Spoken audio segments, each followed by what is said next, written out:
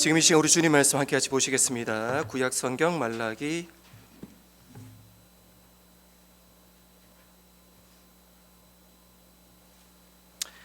지금 이 시간 우리 주님 말씀 구약 성경 말라기 1장 6절부터 14절까지 말씀인데요. 6절부터 10절까지만 함께 같이 읽겠습니다. 시작. 내 이름을 멸시하는 제사장들아, 나 만군의 여호와가 너에게 이르기를 아들은 그 아버지를, 종은 그 주인을 공경하나니 내가 아버지일진데 나를 공경함이 어디 있느냐? 내가 주인일진데 나를 두려움이 어디 있느냐 하나, 너희는 이르기를 우리가 어떻게 주의 이름을 멸시하였나이까 하는도다. 너희가 더러운 떡을 나의 제단에 드리고도 말하기를 우리가 어떻게 주를 더럽게 하였나이까 하는도다. 이는 너희가 여호와의 식탁은 경멸히 여길 것이라 말하기 때문이라. 만군의 여호와가 이르노라, 너희가 눈먼 희생 제물을 바치는 것이 어찌 악하지 아니하며 저는 것 병든 것을 드리는 것이 어찌 악하지 아니하냐. 이제 그것을 너희 총독에게 드려보라. 그가 너를 기뻐하겠으며 너를 받아주겠느냐. 만군의 여호와가 이르노라, 너희는 나 하나님께 은혜를 구하면서 우레를 불쌍히 여기소서 하여 보라. 너희가 이같이 행하였으니 내가 너희 중 하나인들 받겠느냐. 만군의 여호와가 이르노라, 너희가 내 제단 위에 헛되이 불사르지 못하게 하기 위하여 너희 중 성전 문을 닫을 자가 있었으면 좋겠도다.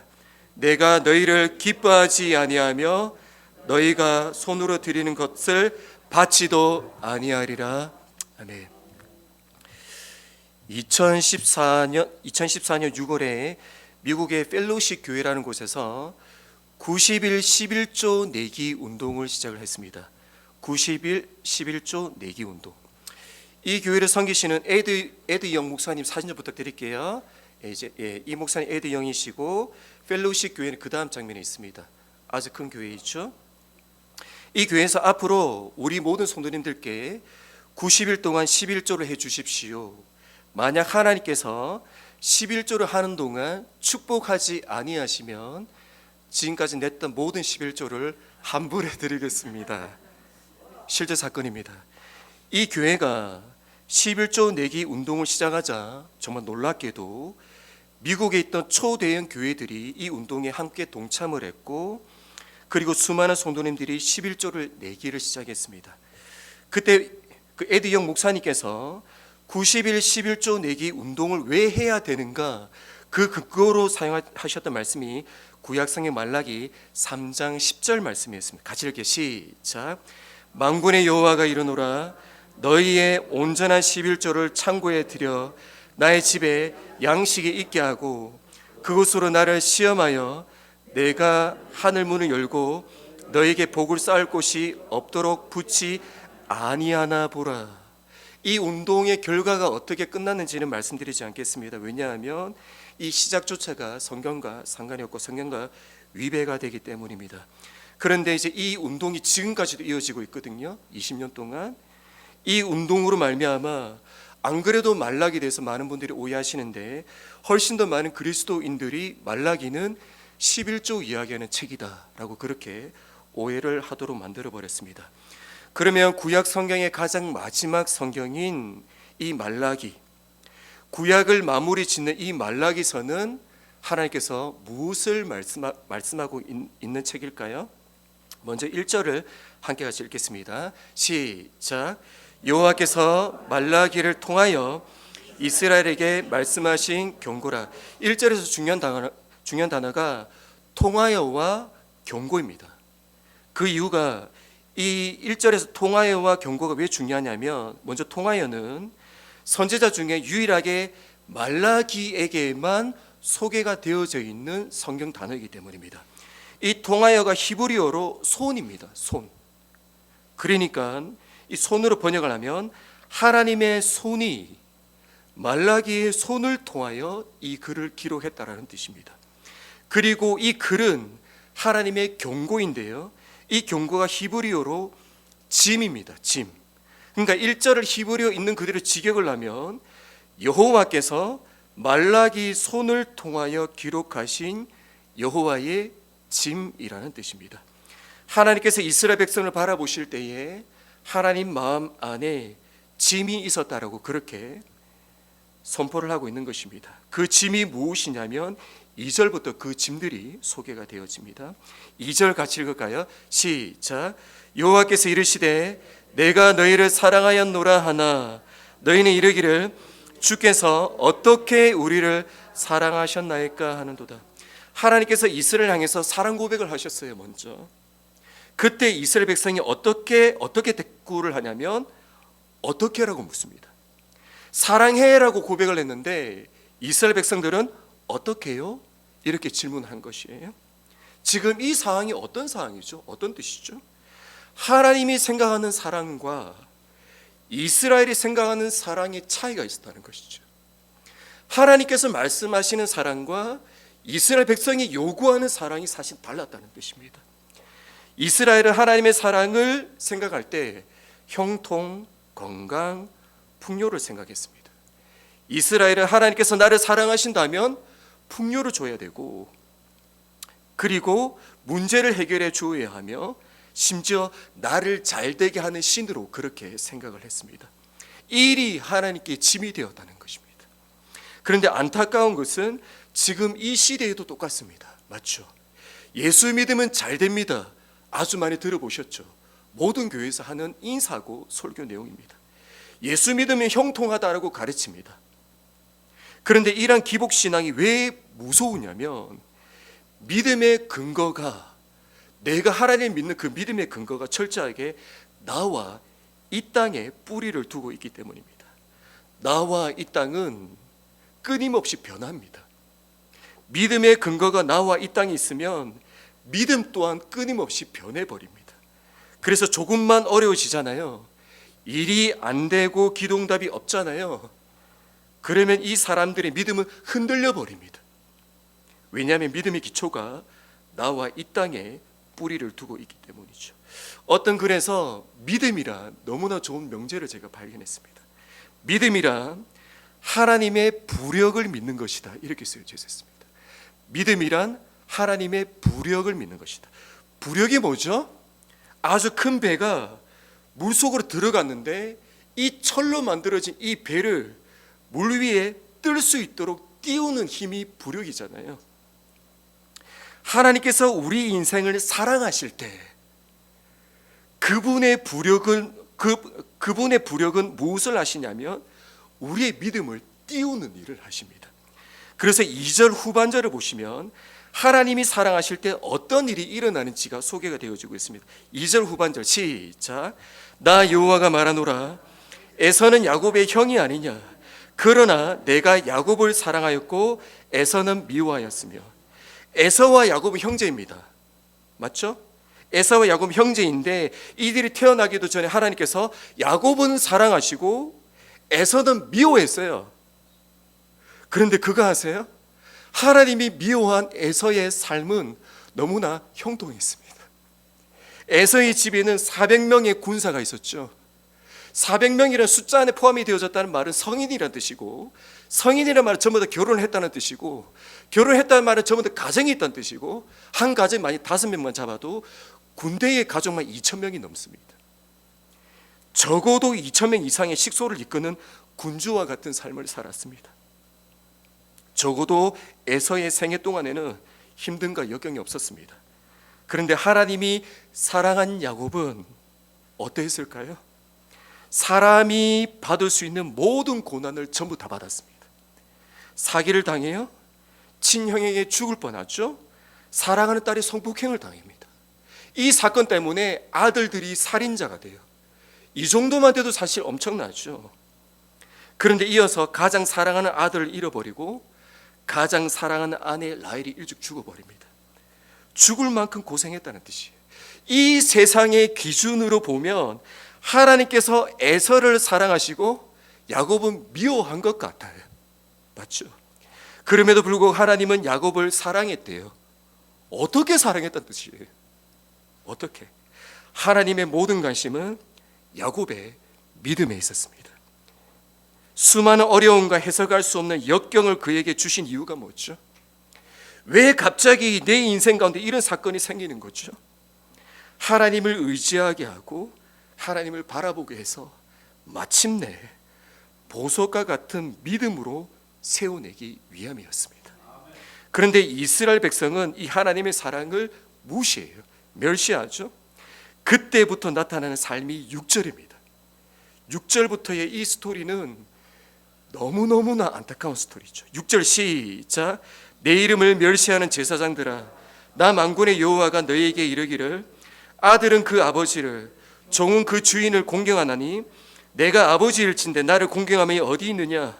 내가 주인을 친데 나를 두려워함이 어디 있느냐 하나 너희는 이르기를 우리가 어떻게 주의 이름을 멸시하였나이까 하는도다. 사랑이 없으면 최소한은 존경하는 마음만 있어도 돼요. 하나님께서 지금 그 말씀하신 거거든요. 사랑이 없으면 최소 나를 그래 나를 공경해야 하는 거 아니냐. 그런데 너희는 그 공경하는 마음마저 전부 다 버렸다. 심지어 8절이라 하죠. 8절 시작. 만군의 여호와가 이르노라 너희가 눈먼 희생제물을 바치는 것이 어찌 악하지 아니하며 저는 것 병든 것을 드리는 것이 어찌 악하지 아니하냐. 이제 그것을 너희 총독에게 드려보라. 그가 너를 기뻐하겠으며 너를 받아주겠느냐. 이스라엘 백성이 하나님을 얼마만큼 멸시했냐면 저는 것, 눈먼 것, 병든 것을 제물로 가져온 거예요. 하나님을 멸시하는 자의 반드시 드러나는 증상, 하나님의 예배를 멸시합니다. 그 사람의 인생 가운데 반드시 예배가 무너지게 됩니다. 그런데 이 일이 하나님의 예배를 멸시한 그 사람 가운데 일어나는 그 결과가 굉장히 두렵습니다. 2장 3절에 그 결과가 나와 있거든요. 이 말씀 잘 기억하셔야 돼요. 2장 3절 시작. 보라 내가 너희의 자손을 꾸짖을 것이요 똥 곧 너희 절기의 희생의 똥을 너희 얼굴에 바를 것이라. 너희가 그것과 함께 제하여 버림을 당하리라. 똥을 너희 얼굴에 발라 버리겠대요. 그런데 여기서 중요한 것이 여기서 똥이 사람 똥일까요? 짐승 똥일까요? 이 똥이 사람 똥인지 짐승 똥인지 굉장히 중요합니다. 이 똥이 누구 똥일까요? 3절에 나와 있습니다. 짐승 똥입니다. 이 똥이 3절 중간에 보니까 희생의 똥, 즉 짐승의 똥을 얼굴에 바른다고 지금 설명을 하고 있죠. 희생 제사를 드릴 때에 그 사람이 내장을 이렇게 전부 다 꺼집어내잖아요. 내장을 끄집어낼 때 이 내장과 똥주머니 같이 포함이 되어져 있어요. 내장을 끄집어내는 그 이 똥주머니, 이 똥을 얼굴에 바른다는 뜻입니다. 이 말이 어떤 뜻이냐면 하나님께서 이 일을 예배 중간에 하신다는 뜻입니다. 예배가 마치고 어느 순간 어느 때에 하나님께서 심판하시는 것이 아니라 예배를 멸시하는 그 사람이 멸시한 예배를 지금 진행을 하고 있는 거예요. 그 짐승이 각을 뜨고 내장을 끄집어내는데 하나님께서 예배를 드리고 있는 그 사람 똥을 얼굴에 발라버려요. 즉 멸시하는 예배를 드리고 있는 그 사람을 하나님은 그 예배로 그 사람을 심판하시겠다는 뜻입니다. 이 말씀이 왜 중요하냐면 예배는 모든 저주와 죄사슬을 끊을 수 있는 유일한 방법이거든요. 믿으시죠? 믿으셔야 합니다. 예배하는 이런 힘이 있습니다. 그런데 사무엘하 24장에 보면 그 신실했던 다윗이 인구조사를 합니다. 이 인구조사는 그 안에 교만한 마음이, 인구를 조사해야 되겠다, 교만한 마음 때문에 시작이 되어진 거잖아요. 하나님께서 이것을 아시고 진노하셨어요. 그리고 사흘 동안 전염병을 내리시는데 하루 만에 7만 명이 죽었습니다. 3일 동안 전염병을 내린다 했는데 1일 차에 7만 명이 죽은 거예요. 7만 명이 어느 정도냐면 이스라엘 작은 지파 3개 지파가 사라질 정도의 큰 숫자입니다. 아직 이틀이나 남았는데 그때의 18절 사건이 일어난 거예요. 18절 시작. 이날에 갓이 다윗에게 이르러 그에게 아뢰되 올라가서 여부수 사람 아라우나의 타작 마당에서 여호와를 위하여 제단을 쌓으소서 하며 갓 선지자가 지금 급히 온 거예요. 그리고 다윗에게 어떤 말씀을 했냐면 빨리 하나님의 번제단을 쌓으라는 거예요. 그러니까 25절 시작. 그곳에서 여호와를 위하여 제단을 쌓고 번제와 화목제를 드렸더니 이에 여호와께서 그 땅을 위한 기도를 들으심에 이스라엘에게 내리는 재앙이 그쳤더라. 예배는 하나님의 진노를 막을 뿐만 아니라 심지어 이미 예정되어 있던 하나님의 진노마저 막아낼 수 있는 능력이 있습니다. 예배 안에. 그 하나님 말씀 이사야 55장 10절 11절 말씀도 좀 같이 읽을게요. 오늘 성경 구절이 조금 많습니다. 그러나 중요해요. 10절 11절 시작. 이는 비와 눈이 하늘로부터 내려서 그리로 되돌아가지 아니하고 땅을 적셔서 소출이 나게 하며 싹이 나게 하여 파종하는 자에게는 종자를 주며 먹는 자에게는 양식을 줌과 같이 내 입에서 나가는 말도 이와 같이 헛되이 내게로 되돌아오지 아니하고 나의 기뻐하는 뜻을 이루며 내가 보낸 일에 형통함이라.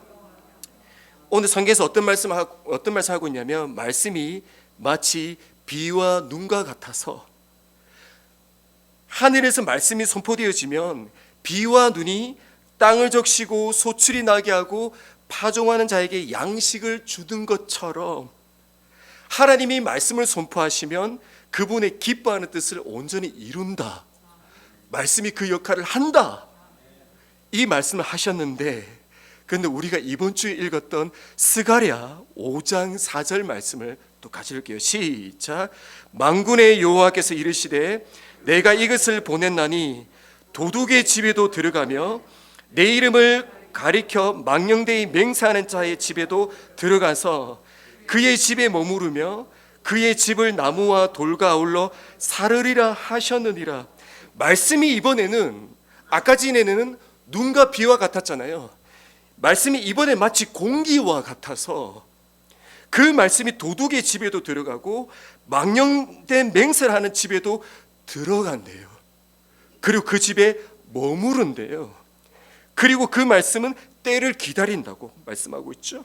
그리고 때가 되면 그 말씀이 불살라 심판한다라고 말씀하고 있습니다. 분명히 똑같은 말씀이에요. 한 말씀은 그들 가운데 머물며 하나님의 기쁜 뜻을 이루어요. 그런데 똑같은 이 말씀인데 또 한 말씀은 그들 가운데 머물며 그들을 불살라 심판해 버립니다. 말씀에서 분명히 똑같은 예배를 드렸어요. 맞죠?